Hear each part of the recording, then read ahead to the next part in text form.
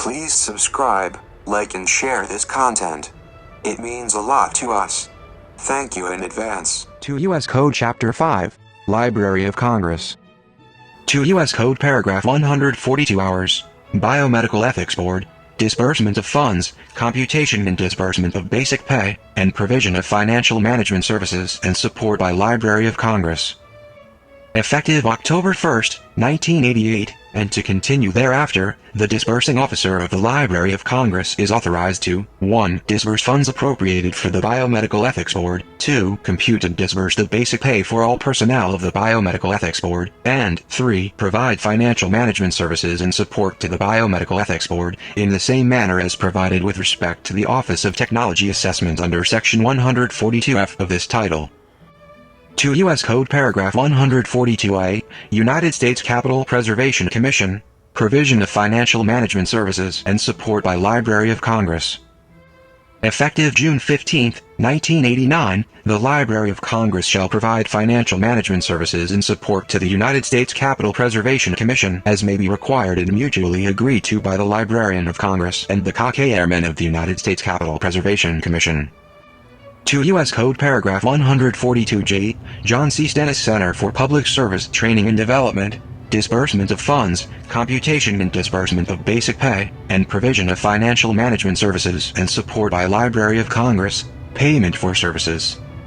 From and after October 1, 1988, the Library of Congress is authorized to 1. Disburse funds appropriated for the John C. Stennis Center for Public Service Training and Development, 2. Compute and disburse the basic pay for all personnel of the John C. Stennis Center for Public Service Training and Development, 3. Provide financial management services and support to the John C. Stennis Center for Public Service Training and Development, in the same manner as provided with respect to the Office of Technology Assessment under Section 142F of this title, and 4. Collect from the funds appropriated for the John C. Stennis Center for Public Service Training and Development the full cost of providing the services specified in 1, 2, and 3 above, as provided under an agreement for services ordered under 31 U.S.C. 1535 and 1536.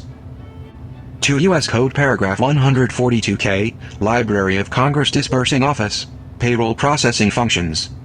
From and after October 1, 1989, the Librarian of Congress shall take appropriate action to assure that no legislative branch employee whose salary is disbursed by the Library of Congress Disbursing Office is adversely affected by alternative ways of performing the personnel payroll processing function.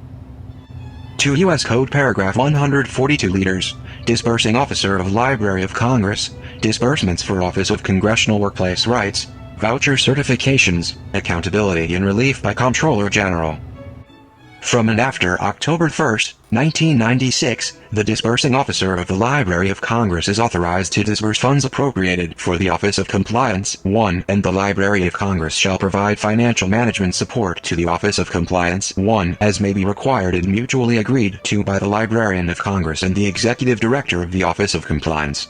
1. The Library of Congress is further authorized to compute and disburse the basic pay of all personnel of the Office of Compliance, 1, pursuant to the provisions of Section 5504 of Title V.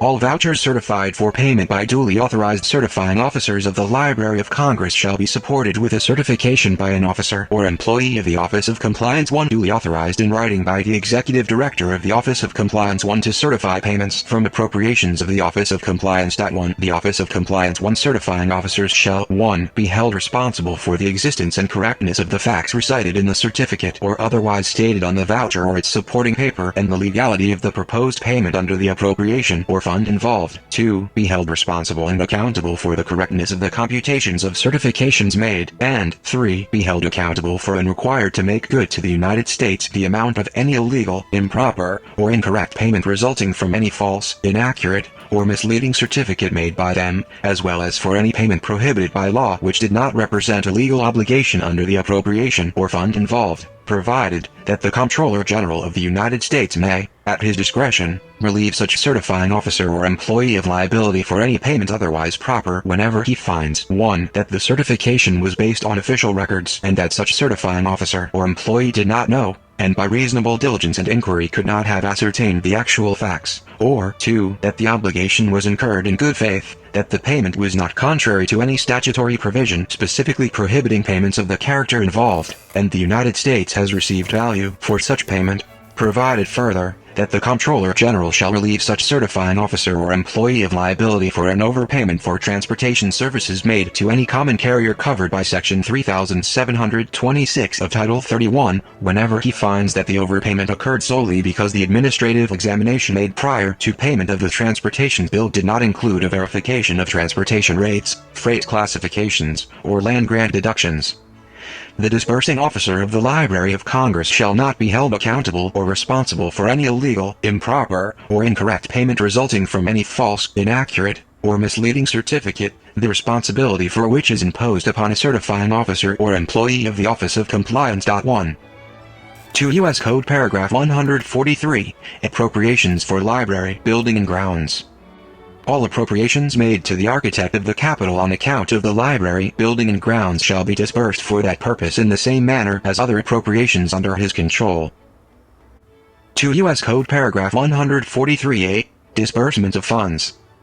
From and after October 1, 1978, funds available to the Library of Congress may be expended to reimburse the Department of State for medical services rendered to employees of the Library of Congress stationed abroad and for contracting on behalf of and hiring alien employees for the Library of Congress under compensation plans comparable to those authorized by Section 444 of the Foreign Service Act of 1946, as amended, 22 U.S.C. 889-8, for purchase or hire of passenger motor vehicles, for payment of travel, storage and transportation of household goods, and transportation and per diem expenses for families en route, not to exceed 24, for benefits comparable to those payable under Sections 911-9, 911-11, and 941 of the Foreign Service Act of 1946, as amended, 22 U.S.C. 1136-9, 1136-11, and 1156, respectively, and travel benefits comparable with those which are now or hereafter may be granted single employees of the Agency for International Development, including single Foreign Service personnel assigned to AID projects by the Administrator of the Agency for International Development, or his designee, under the authority of Section 2396B of Title 22, subject to such rules and regulations as may be issued by the Librarian of Congress. 2 U.S. Code Paragraph 143B, Payments in advance for subscriptions or other charges. From and after October 1, 1980, payments in advance for subscriptions or other charges for bibliographical data, publications, materials in any other form, and services may be made by the Librarian of Congress whenever he determines it to be more prompt, efficient, or economical to do so in the interest of carrying out required library programs. 2 U.S. Code Paragraph 143C, Use of other library funds to make payments.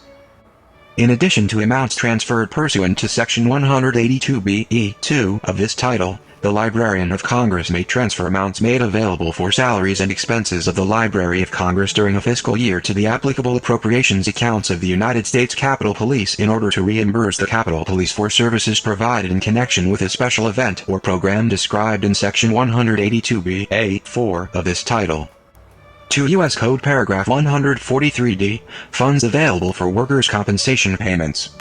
A. In general, available balances of expired Library of Congress appropriations shall be available to the Library of Congress to make the deposit to the credit of the Employees' Compensation Fund required by subsection 8147B of Title V. B. Effective date. This section shall apply with respect to appropriations for fiscal year 2012 and each fiscal year thereafter. 2 U.S. Code Paragraph 144, Copies of Statutes at Large. 10 of the copies of the statutes at large, published by Little, Brown and Company, which were deposited in the library prior to February 5, 1859, shall be retained by the librarian for the use of the justices of the Supreme Court, during the terms of court. 2 U.S. Code Paragraph 145, Copies of Journals and Documents.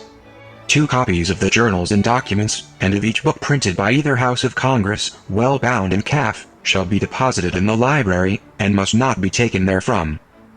2 U.S. Code Paragraph 145A, Periodical binding of printed hearings of committee testimony. The librarian of the Library of Congress is authorized and directed to have bound at the end of each session of Congress the printed hearings of testimony taken by each committee of the Congress at the preceding session. 2 U.S. Code Paragraph 146, Deposit of Journals of Senate and House. 25 copies of the public journals of the Senate and of the House of Representatives shall be deposited in the Library of the United States, at the seat of government, to be delivered to members of Congress during any session, and to all other persons authorized by law to use the books in the library, upon their application to the librarian, and giving their responsible receipts for the same, in like manner as for other books.